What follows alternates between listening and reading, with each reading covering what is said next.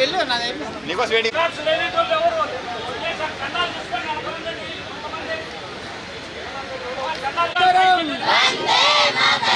మాతరం మాతరం మాతరం మాతరం ఖబర్దార్ ఖబర్దార్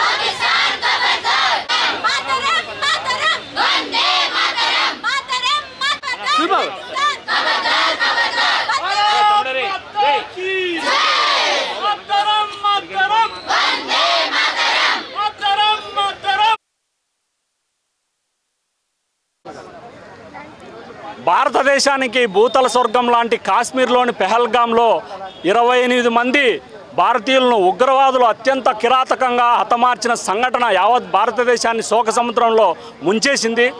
భారతదేశం పాకిస్తాన్పై ఎలాగైనా ప్రతీకారం తీర్చుకోవాలనే కోపంతో ప్రతి భారతీయుడు రగిలిపోతున్నారు.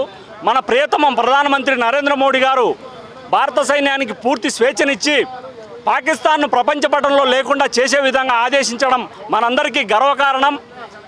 అత్యంత దౌర్భాగ్యం ఏంటంటే పాకిస్తాన్లో ఉగ్రవాదులు ఉంటారు కానీ ఒక్క దేశద్రోహి కూడా కనపడడు. అదే భారతదేశంలో అడుగడుగునా పాకిస్తాన్కు మద్దతు తెలిపే దేశద్రోహులు ఉన్నారు. ఆ దేశద్రోహులు పాకిస్తాన్కు పారిపోయే విధంగా తరిమి కొట్టాలని జనజాగరణ సమితి భారతదేశంలో ఉన్న దేశభక్తులకు పిలుపునిస్తుంది.